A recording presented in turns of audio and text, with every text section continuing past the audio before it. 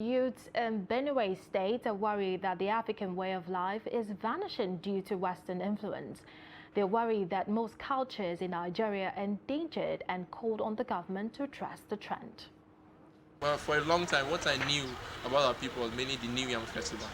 I didn't know about what we talked about, like how a woman is supposed to be during marriage, how we assimilated the traditional marriage for a long time. I didn't know about any of this. It was upon my return to Benue State that I actually started finding about it. So this has really, really affected me in not knowing how to speak my language, in not being able to properly talk with my tribesmen. I have a fear of going to the village due to the fact that I don't really know how to speak with my native tongue. For me, bearing the Oche in my name, it's just an identity that confines me to be an Idoma. But if I will use the word, I am maybe an alien to my own culture, but maybe an accepted indigene of the Hausas, because growing up, my parents, most especially my mother, would actually communicate with us using Hausa, and my friends around. These are some of the experiences shared by some residents of Makurdi.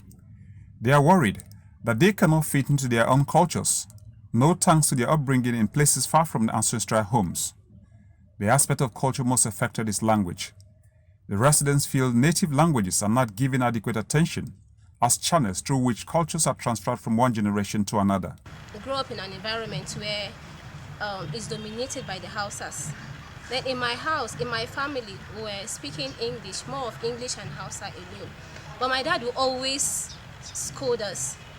Each time he comes around and feels we are speaking or hears us speaking English or Hausa, he scolds us. He will permit me to use my language.